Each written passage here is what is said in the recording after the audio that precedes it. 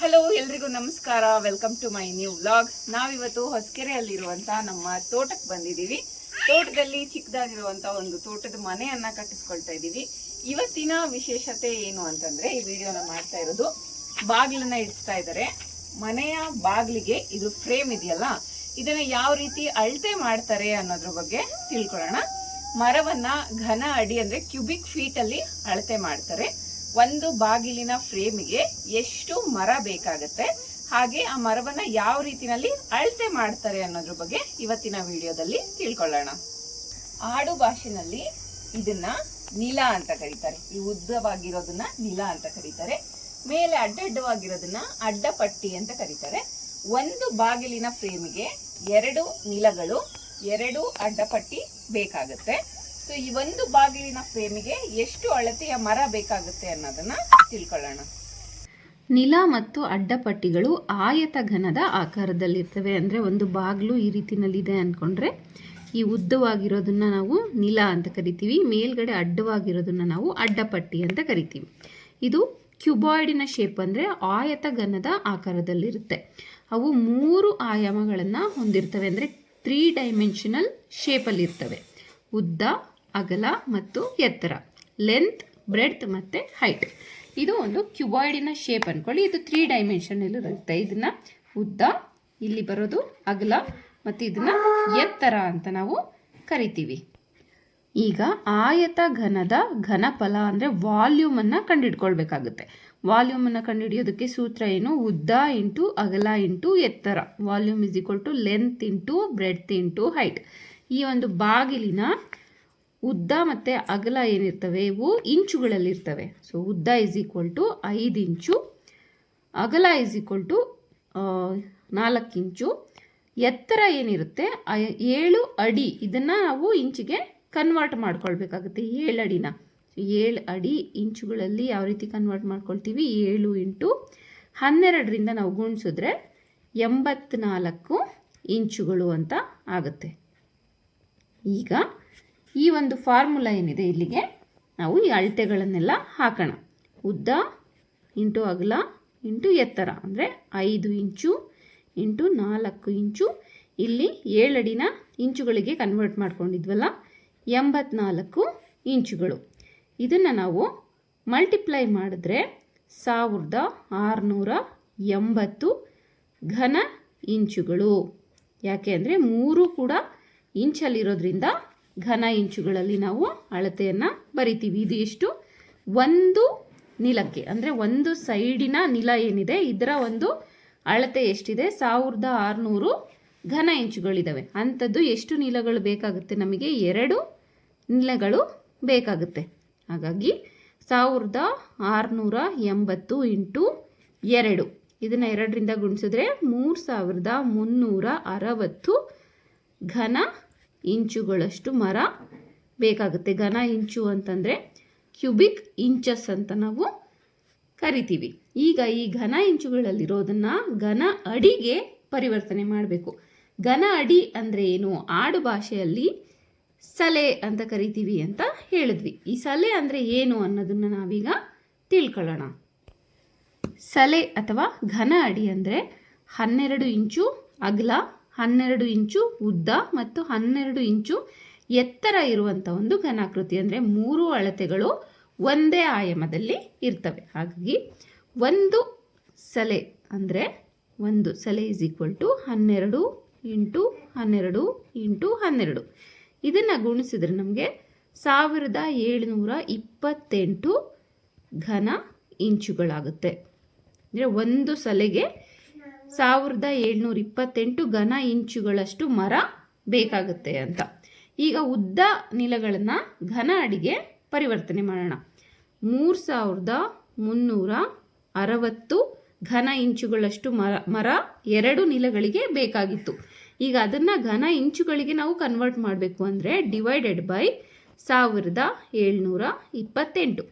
ಇದನ್ನು ಇದರಿಂದ ಭಾಗಿಸಿದ್ರೆ ನಮಗೆ 1.94 ಘನ ಅಡಿಯಷ್ಟು ಮರ ನಿಲಗಳಿಗೆ ಬೇಕಾಗುತ್ತೆ.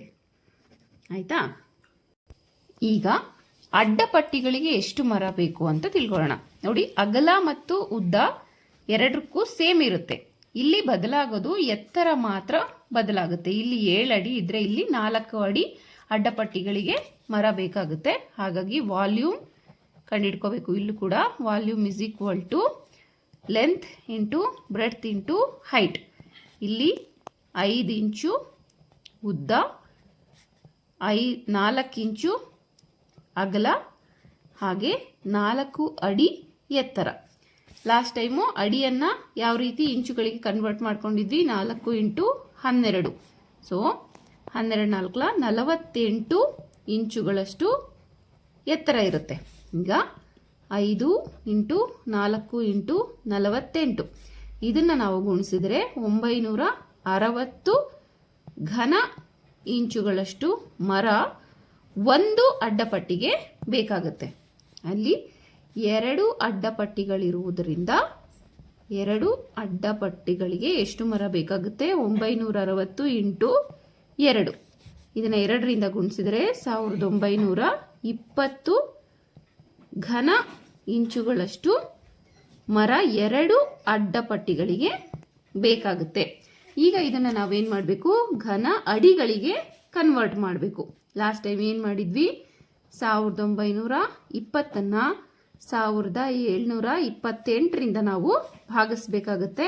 ಇದನ್ನು ನಾವು ಡಿವೈಡ್ ಮಾಡಿದ್ರೆ 1.11 ಘನ ಅಡಿಯಷ್ಟು ಮರ ಬೇಕಾಗುತ್ತೆ.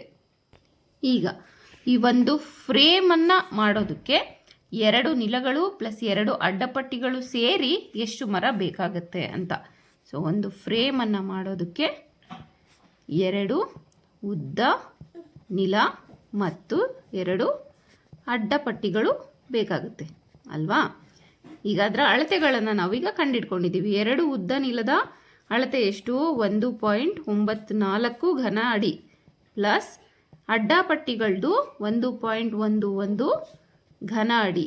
ಈಗ ಇವೆರಡನ್ನು ನಾವು ಕೂಡಿದ್ರೆ 3.05 ಘನ ಅಡಿಯಲ್ಲಿನ ಮರಗಳು ನಮಗೆ ಬೇಕಾಗುತ್ತೆ. ಅಂದರೆ ಇಷ್ಟು ಅಳತೆಯಲ್ಲಿರುವ ಮರವನ್ನು ಒಂದು ಫ್ರೇಮನ್ನು ತಯಾರಿಸೋದಕ್ಕೆ ಬಳಸ್ತಾರೆ ಅಂತ. ಈಗ ಯಾವ ಯಾವ ಮರಕ್ಕೆ ಎಷ್ಟೆಷ್ಟು ಬೆಲೆ ಆಗುತ್ತೆ ಅನ್ನೋದನ್ನ ಉದಾಹರಣೆಗೆ ತಗೊಳ್ಳೋಣ. ಉದಾಹರಣೆ, ಈಗ ಒಂದು ಫ್ರೇಮನ್ನು ಮಾಡೋದಕ್ಕೆ ನಾವು ಬೇವಿನ ಮರವನ್ನು ತಗೊಂಡಿದ್ದೀವಿ ಅಂತ ತಿಳ್ಕೊಳ್ಳೋಣ. ಸೊ ಬೇವಿನ ಮರದ ಫ್ರೇಮ್ ಆದರೆ 1100 ರೂಪಾಯಿ ಘನ ಅಡಿಗೆ ಅಂತ ತಿಳ್ಕೊಳ್ಳೋಣ. ಮರ ಏನಾದರೂ ತುಂಬ ಚೆನ್ನಾಗಿದ್ದು ಅದಕ್ಕೆ ರೇಟು ಡಿಫ್ರೆನ್ಸ್ ಆಗೋಗ್ತಾ ಇರ್ತವೆ. ಮರದಲ್ಲಿ ಏನಾದರೂ ಹುಳುಕು ಅಥವಾ ಏನಾದರೂ ಚಿಕ್ಕದಾಗಿದ್ದರೆ ಮರ, ಅದಕ್ಕೆ ರೇಟು ಒಂದು 800 ರೂಪಾಯಿಂದ ಸ್ಟಾರ್ಟ್ ಆಗುತ್ತೆ ಅಂದ್ಕೊಳ್ಳಿ. ನಾವು ಸ್ಟ್ಯಾಂಡರ್ಡ್ ಆಗಿ ಈಗ 1100 ರೂಪಾಯಿ ಅಂತ ಇಟ್ಕೊಳ್ಳೋಣ. ಈಗ ನಮ್ಗೆ ಬೇಕಾಗಿರೋ ಮರ ಎಷ್ಟು, 3.05 ಘನ ಅಡಿಗೆ ಬೇವಿನ ಮರ ಆದರೆ ಎಷ್ಟು ಚಾರ್ಜಸ್ ಆಗುತ್ತೆ. ಸೊ 1100 ಇಂಟು 3.05 ಇದನ್ನು ನಾವು ಮಲ್ಟಿಪ್ಲಿಕೇಶನ್ ಮಾಡಿದ್ರೆ 3355 ರೂಪಾಯಿ ಆಗುತ್ತೆ. ಅದೇ ರೀತಿಯಲ್ಲಿ ತೇಗದ ಮರ ಆದರೆ, ನೀವು ಮನೆ ಕಟ್ಟೋದಕ್ಕೆ ತೇಗದ ಮರವನ್ನು ಯೂಸ್ ಮಾಡ್ತಿದ್ದೀರಾ ಅಂದರೆ 1 ಘನ ಅಡಿಗೆ 3500 ರೂಪಾಯಿ ಚಾರ್ಜಸ್ ಆಗುತ್ತೆ. ಇದು ಕೂಡ ಡಿಪೆಂಡ್ಸ್ ಆನ್ ವುಡ್. ನೀವು ಯಾವ ಮರನ ಕ್ವಾಲಿಟಿ ಮೇಲೆ ತಗೊಳ್ತಾ ಇದ್ದೀರಾ ಅನ್ನೋದಕ್ಕೆ ನಾವು ಉದಾಹರಣೆಗೋಸ್ಕರ ಇಲ್ಲಿ 3500 ಅಂತ ತಗೊಂಡಿದ್ದೀವಿ. ಅದು ಮರದ ಕ್ವಾಲಿಟಿ ಮೇಲೆ 4000 ಬೇಕಾದರೂ ಆಗ್ಬೋದು, ಅದಕ್ಕಿಂತ ಜಾಸ್ತಿ ಬೇಕಾದ್ರೂ ಆಗ್ಬೋದು. 3.05 ಮರ ಬೇಕು. 1 ಅಡಿಗೆ 3500 ರೂಪಾಯಿ ಆದರೆ ಎಷ್ಟಾಗುತ್ತೆ, 10,675 ರೂಪಾಯಿ ಆಗುತ್ತೆ. ಇದು ಎಷ್ಟು, ಒಂದು ಫ್ರೇಮಿಗೆ. ಈಗ ಬರೀ ಫ್ರೇಮಿಗೆ ಮಾತ್ರ ಇಷ್ಟಾಗುತ್ತೆ, ಬಟ್ ಮನೆಗೆ ತಗೊಂಡೋಗಿ ಅದನ್ನು ಫಿಕ್ಸ್ ಮಾಡಬೇಕು ಅನ್ನೋದಾದರೆ ಪ್ಲೇನಿಂಗು, ತಟ್ಟು ಮತ್ತು ಗೋಲು, ಕಾರ್ಪೆಂಟರ್ ಚಾರ್ಜಸ್ ಎಲ್ಲವನ್ನ ಹೆಚ್ಚುವರಿ ಖರ್ಚಾಗಿ ನಿಮಗೆ ಒಂದು ಫ್ರೇಮು ರೆಡಿ ಆಗುತ್ತೆ. ಈ ಫ್ರೇಮ್ಗೆ ವೈಟ್ ಪೇಂಟರ್ ಹೊಡೆದ್ಬಿಟ್ಟು ಅದನ್ನು ನಿಮಗೆ ಕೊಡ್ತಾರೆ ಮನೆಗೆ ಜೋಡಿಸೋದಕ್ಕೆ. ಈಗ ಇಲ್ಲಿ ಫ್ರೇಮನ್ನು ಕೂರಿಸಿದ್ದಾರೆ ನೋಡಿ. ಇಲ್ಲಿ ನಯಸ್ಸಾಗಿರೋಂಥ ಪಾರ್ಟ್ ಏನಿದೆ ಇದನ್ನು ಪ್ಲೇನಿಂಗ್ ಅಂತ ಕರೀತಾರೆ, ನಯಸ್ ಮಾಡಿರೋದು. ಈ ಪಾರ್ಟ್ನ ಗೋಲು ಅಂತ ಕರೀತಾರೆ. ಬಾಗಿಲು ಮುಚ್ಚಿದಾಗ ಬಾಗಿಲು ಕರೆಕ್ಟಾಗಿ ಕೂತ್ಕೊಳ್ಳೋದಕ್ಕೆ ಇಲ್ಲೇನು ಅರ್ಧ ಬಾಗಿಲನ್ನ ತೆಗೆದಿದ್ದಾರೆ ಸ್ವಲ್ಪ, ಇದನ್ನು ನಾವು ತಟ್ಟು ಅಂತ ಕರಿತೀವಿ. ಇದನ್ನು ಪೂರ್ತಿಯಾಗಿ ರೆಡಿ ಮಾಡಿ ಈ ರೀತಿ ವೈಟ್ ಪ್ರೈಮರನ್ನು ಹಾಕಿ ಮನೆಗೆ ಕೂರಿಸೋದಕ್ಕೆ ಬಾಗಿಲನ್ನು ರೆಡಿ ಮಾಡಿ ಕೊಡ್ತಾರೆ. ಇವತ್ತಿನ ವಿಡಿಯೋದಲ್ಲಿ ಈ ರೀತಿಯಾಗಿ ಬಾಗಿಲನ್ನು ಕೂರಿಸೋದಕ್ಕೆ ಈ ಫ್ರೇಮ್ ಏನಿದೆ ಇದಕ್ಕೆ ಎಷ್ಟು ಅಳತೆಯ ಮರ ಬೇಕಾಗುತ್ತೆ ಅನ್ನೋದ್ರ ಬಗ್ಗೆ ತಿಳ್ಕೊಂಡಿದ್ದೀವಿ. ಈ ವಿಡಿಯೋ ನಿಮಗೆ ಯೂಸ್ಫುಲ್ ಆಗಿದೆ ಅಂತ ಅಂದ್ಕೊಳ್ತೀವಿ. ಇದಾಗಿತ್ತು ಇವತ್ತಿನ ವ್ಲಾಗ್. ಸಿಗ್ತೀನಿ ಮತ್ತೆ ಮುಂದಿನ ವ್ಲಾಗಲ್ಲಿ. ಅಲ್ಲಿವರೆಗೂ take care and thank you so much. Video ಇಷ್ಟ ಆಗಿದ್ರೆ ದಯವಿಟ್ಟು ಒಂದು ಲೈಕ್ ಮಾಡಿ, ಹಾಗೆ ನನ್ನ ಚಾನಲನ್ನು ಸಬ್ಸ್ಕ್ರೈಬ್ ಮಾಡ್ಕೊಳ್ಳಿ.